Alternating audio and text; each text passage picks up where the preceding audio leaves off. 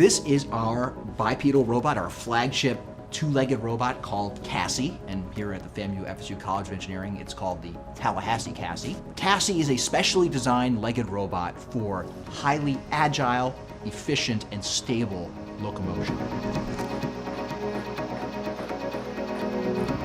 It has 3 kinds of sensors on board. It has encoders to tell it where its joints are. It has accelerometers that tell it how fast it's moving, and gyroscopes that tell it which way it's pointing.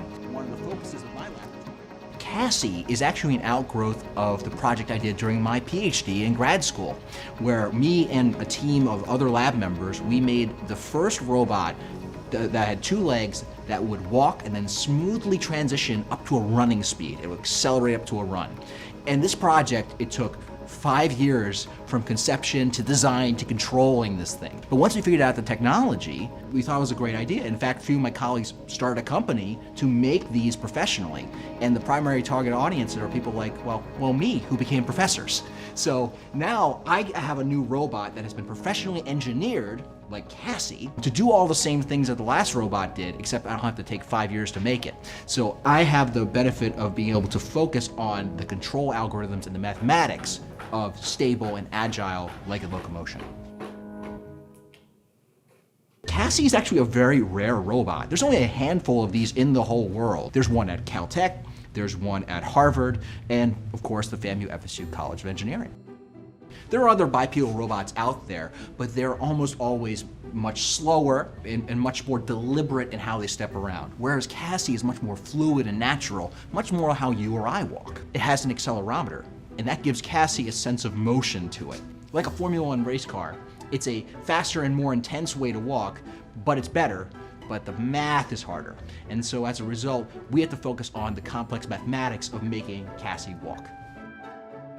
There are many great things about Cassie, one of which is it has an incredibly smooth drivetrain for its robot legs. These actually are very smooth gears that we have on board Cassie, and that actually they're so smooth that it effectively gives Cassie a sense of touch to it. That when Cassie has a foot on the ground, the entire drivetrain is so smooth that the motors can feel that the foot is on the ground. Cassie also has 2 computers on board that do a variety of different computations. One does sort of a high-level computation, figuring out, hey, where should I put my feet? It figures out exactly how to put that feet from one point to another.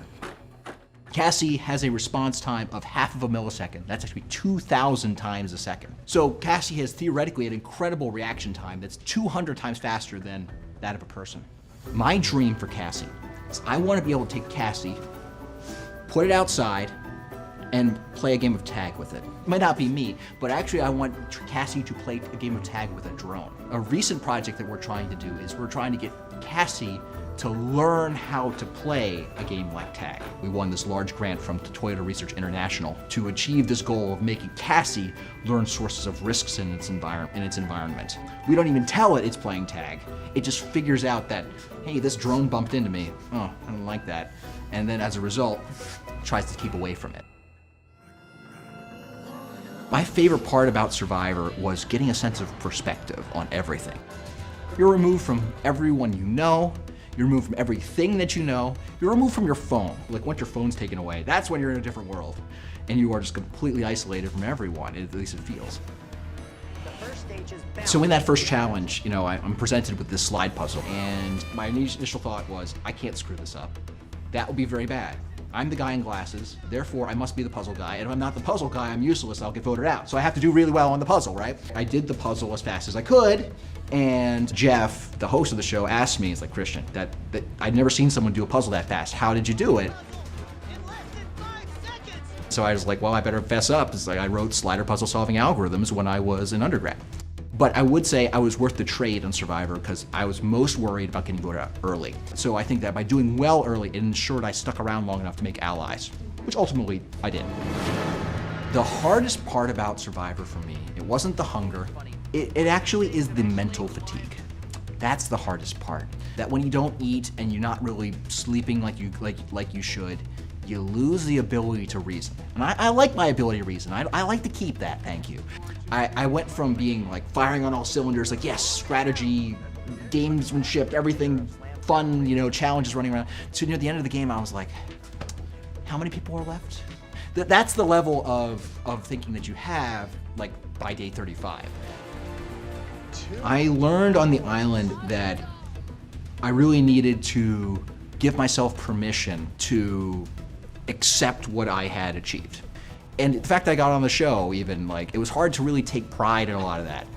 I might never get this opportunity again. What that made me do was underestimate myself. And being exposed to people that know nothing about me and how they react to me told me a lot more that I should take more pride in what I do. But it really gives you a lot of time to get perspective on everything that goes on at home, and lots of ideas, frankly, for research. I remember I gave a speech at one of the tribal councils about the necessity of risk and taking risks. And I think that was in no small part something that stuck in my mind for years, and now I have a whole research grant on teaching the robots the ideas of risk. I've been interested in robots since I was a wee baby child, and everyone here is going to assume that I'm a huge nerd, which is not entirely incorrect. I'm not exactly the kind My parents were definitely big proponents of me going into robotics. I mean, they just saw that I liked it, and so like, okay, well, we'll get them Legos, all right? Well, here are the Legos. And I would make little robots out of this little thing of Legos, and that was so neat to me. And that really was that got me started on that trajectory toward Cassie. As I got older, they would say, "Hey, Chris, there's a robotics team at your high school. You should join that." And sure enough, and that got me on the path to study mechanical engineering, and realized that the kind of work I like to do was in research. So now I run my own laboratory here at the FAMU FSU College of Engineering, and it's called the Optimal Robotics Laboratory. I always wanted to run my own laboratory and work with really bright students that would help solve some of these great mysteries of robotics and therefore kind of everyday life. And one thing that's really attractive about Florida State is that there was appetite to grow a program, that there was an ambition to make a bigger program, and I got to be basically on the ground floor of. And that was very attractive because then me and my wonderful colleagues here at the college can really shape what the system is going to look like, what our program is all about. To me, robotics is an interesting puzzle. It makes me look at life a little bit differently. I can't look at life exactly the same way anymore. Every single thing I do in my everyday life, part of me is like, how would I make a robot do that? How would I do that? And that's an interesting puzzle because it makes me think about, I got my mask here, I tossed it and I caught it. How did I do that? And it makes me think about everyday life in a deeper and I think more analytical way. The thing that I am most proud of with Cassie is how much it can do with relatively little amounts of control. Instead of having a motor command every single aspect of how the robot moves, it actually just uses gravity and physics for a lot of its motion. When it's stepping forward, it's not propelling its body forward at every single instant. It is actually pushing forward and then let gravity do the rest of the work. So it's a way of using the physics of the world around us to its advantage. So the fact that it can do so much with so little, I find very impressive.